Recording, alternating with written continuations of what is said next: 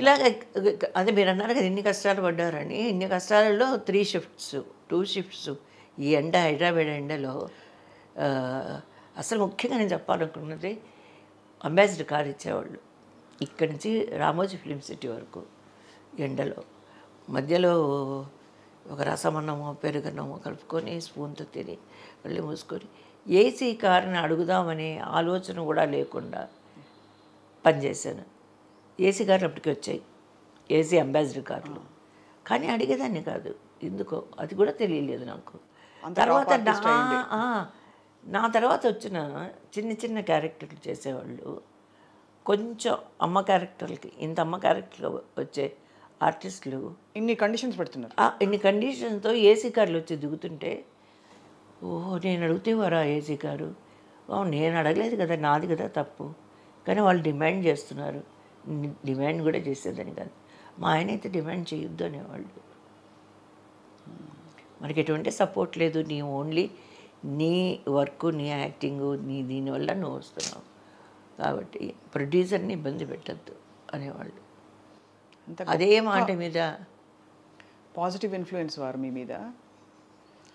అంటే మామూలుగా అందరూ ఆపోజిట్ చేస్తారు, ఇంకా డిమాండ్ చేసి ఆంక్షలు పెట్టి మీకు వచ్చే ఆఫర్స్ కూడా అంటే మామూలుగా చెప్తున్నాను, వచ్చే పరిస్థితుల్ని కూడా అదే ఆపేసే ఇదే ఆపేసే అని చెప్పే మనుషులు ఉన్న టైంలో మిమ్మల్ని అలాగ ఒక అంటే దాదాపు తండ్రి గారు ఎలా చూసుకుంటారో ఒక బిడ్డని అలా చూసుకున్నారు మీ వారు మిమ్మల్ని ఈ రోజు వరకు. అలాగే ఒక్కొక్కసారి డబ్బులు కూడా ఎంత ఇచ్చేవాళ్ళు ఇంత ఇచ్చేవాళ్ళు. 3 రోజులు అని చెప్పి మాట్లాడుకుని 2 రోజులనే షూటింగ్ అయిపోతే అయ్యో పాపం 3 రోజులు డబ్బులు ఇచ్చారు తిరిగి ఇచ్చు కదా అనేవాళ్ళు.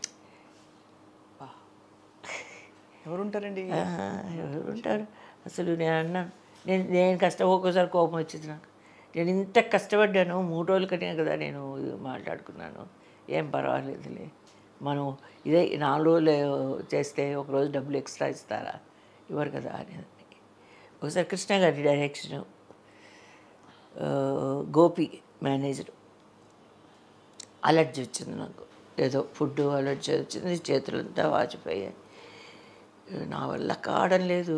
ఆ అబ్బాయి వచ్చి పైన బెడ్రూము మా చెన్నై ఇంట్లో, అమ్మా ఎలాగైనా రావాలమ్మా. కృష్ణ గారి డైరెక్షను అండ్ హీరో పేరు జ్ఞాపకం లేదు, చాలా సినిమాలు చేశాను కృష్ణ గారితో కూడా, ఆయనే డైరెక్షన్ అంటే ఎలాగా రావాల్సిందమ్మా రావాలి అన్న. నేను చెప్పాను, చూడు బాబు ఇవన్నీ చేతులన్నీ ఎర్రగైపోయాయి, ఒకడంతా ఫేస్కి వచ్చేది కదా అలర్జీ వస్తాను నాకు. దేవుడు ఆ కష్టాలలో కూడా చూసి ఇచ్చేవాడు కష్టం అంతా. అంటే ఉండదు కనికిరం అనేది సినిమా వీడిలో అది ఉండదు, ఎందుకంటే వర్క్ ఇంపార్టెంట్. వర్క్ షిఫ్ట్ అవ్వాలి, ఇంత పెద్ద ప్రొడక్షన్ తర్వాత ఏంటంటే ఇంతమంది ఆర్టిస్టులు, ఇంతమంది టెక్నీషియన్స్, పైగా డేట్స్. పెద్దవాళ్ళ దగ్గర ప్రాబ్లం ఏంటంటే డేట్స్ పోతే మళ్ళీ రావు, కాంబినేషన్ దొరకదు. అప్పుడైతే ఎంతెంతమంది ఆర్టిస్టులు ఉండేవాళ్ళం, 10-15 మంది ఆర్టిస్టులు ఉండేవాళ్ళం, కాంబినేషన్ దొరకదు. అంటే అప్పుడు వెళ్ళి అలా కార్లో కూర్చున్నా, ఫ్లైట్ టికెట్ దొరకలేదు, క్యాన్సిల్ అయితే మళ్ళీ ఇంటికి వచ్చి రెస్ట్ తీసుకున్న రోజు. నెక్స్ట్ డే మార్నింగ్ సరే అని అనుకోరు కదా. ఇప్పుడు టికెట్ దొరకలేదు, క్యాన్సిల్ అయింది, కానీ అనుకొంట్లో లేదు, ఈరోజు రెస్ట్ ఇద్దాం అని అయితే అనుకోరు. అది తీసుకెళ్ళారు, ఎయిర్పోర్ట్కి తీసుకెళ్ళారు, కూర్చున్నాను. ఆ తర్వాత టికెట్ దొరకలేదు, వచ్చాను, ఇంట్లో రెస్ట్ తీసుకున్నాను, మరుసటి రోజు వెళ్ళిపోయాను. అలా ఎన్ని సందర్భాలు. పర్సనల్గా అయితే పాప పుట్టాక పాపను చూడడం కోసం, ఒకటే పాప కదా విజయ్ గారు, అదే చెప్తున్నాను. అందరూ ఆర్టిస్టులు, నాకు ఆర్టిస్టులు గిరిబాబు గారు కానీ, కోట గారు, వీళ్ళందరూ, మారుతిరావు గారు, వీళ్ళందరూ శ్రేయబులేషులు. నాకు ఆర్టిస్టులు అని చెప్పేదానికన్నా నా సొంత ఫ్యామిలీ మెంబర్స్. అలాగే నేను వాళ్ళ మధ్య నేను వర్క్ చేశాను. అందరూ హీరోస్ అయితేనేమి, రాజేంద్ర ప్రసాద్ గారు, బాలయ్య బాబు ఎంత బాగా చూసుకునేవాడు అసలు. నేను అందరూ నాకు ఇప్పుడు కొత్తగా అనిపించదు. ఇప్పుడు సెట్స్కి వెళ్తే సుమారు 1000 పైకి పైగా అయిపోయాయి మీది. అన్ని భాషలు చూసుకుంటే 1200 పైన దాటింది నంబరు. అందరూ తెలుసు మీకు అన్ని భాషల్లో. అవును, అందరూ తెలుసు, అందరితో చేశారు. కానీ మీ ఇప్పుడు ఎలా ఉంది జీవితం మీకు? అంటే ఇప్పుడు మీరు బోల్డంత అంటే అత్యంత కోటీశ్వరులు మీరు అని అంటుంటారు. మీరే అన్నారు ఇప్పుడు వచ్చిన ఇన్కమ్తో నేను అంత అలా వచ్చి పడ్డాయి ఆఫర్లని. సో ఈ డబ్బులు కూడబెట్టి మీకు కోరికలు కూడా లేవన్నారు పెద్దగా, చీరలు నగలు? ఏమీ లేదు, అది కూడా మా వారే సంవత్సరానికి ఇది నువ్వు ఇంత కొనాలి బంగారు అంటే అలా కొనేదాన్ని. అది కూడా డిక్లేర్ చేసేవారు. కానీ ఇప్పుడు మీ కోరిక ఏమిటి లైఫ్లో అసలు? What do you want? ఇప్పుడు విజయ్ గారు అంటే అసలు అందరికీ తెలియని వాళ్ళు ఉండరు. దేశవ్యాప్తంగా సినిమాలు చూసే వాళ్ళందరికీ తెలుసు మీరు ఆర్టిస్ట్గా, నాట్య కళాకారిణిగా, డాన్స్ లవర్స్కి తెలుసు. వాట్ ఈజ్ యువర్ డిజైర్ అండి?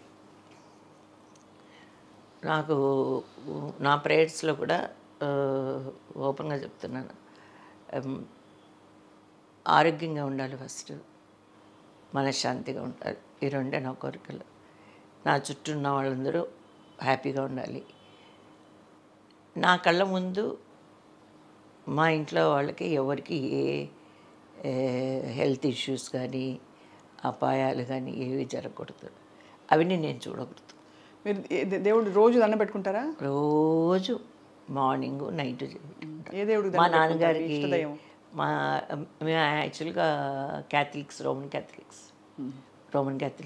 అంటే మా నాన్నగారు తాతలు ముత్తాతలు గుంటూరు కదా మా నాన్నగారిది, మా అమ్మగారిది గుంటూరు ఫస్ట్ యాక్చువల్గా. తర్వాత వాళ్ళు ఉద్యోగరీత్యా షిఫ్ట్ అయ్యారు, కడప షిఫ్ట్ అయ్యారు. కానీ మేమైతే రాయలసీమ బిడ్డలే అని చెప్పుకుంటాం. అదే ఏం కడపనా మంది అన్నాను, అందాం అనుకున్నాను నేను. అక్కడ భాష భాష బాగుంటుంది, కానీ నేను అంతగా మాట్లాడలేను. కానీ మా అక్క వాళ్ళు తమ్ముళ్ళు వస్తే ఏరా బాగున్నావా ఎప్పుడు వచ్చినావురా ఏంట్రా అలాగే వచ్చేస్తుంది, ఆటోమేటిక్గా వచ్చేస్తుంది భాష మాట్లాడతా.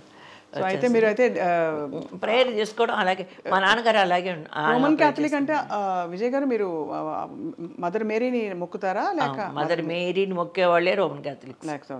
మామూలుగా ప్రొటెస్టెంట్స్ ఆరోగ్యమాత వేలంగణి అమ్మ బెసెంట్ నగర్ చర్చ్, అక్కడ పోయి క్యాండిల్స్ పెట్టి చాలా వేడి.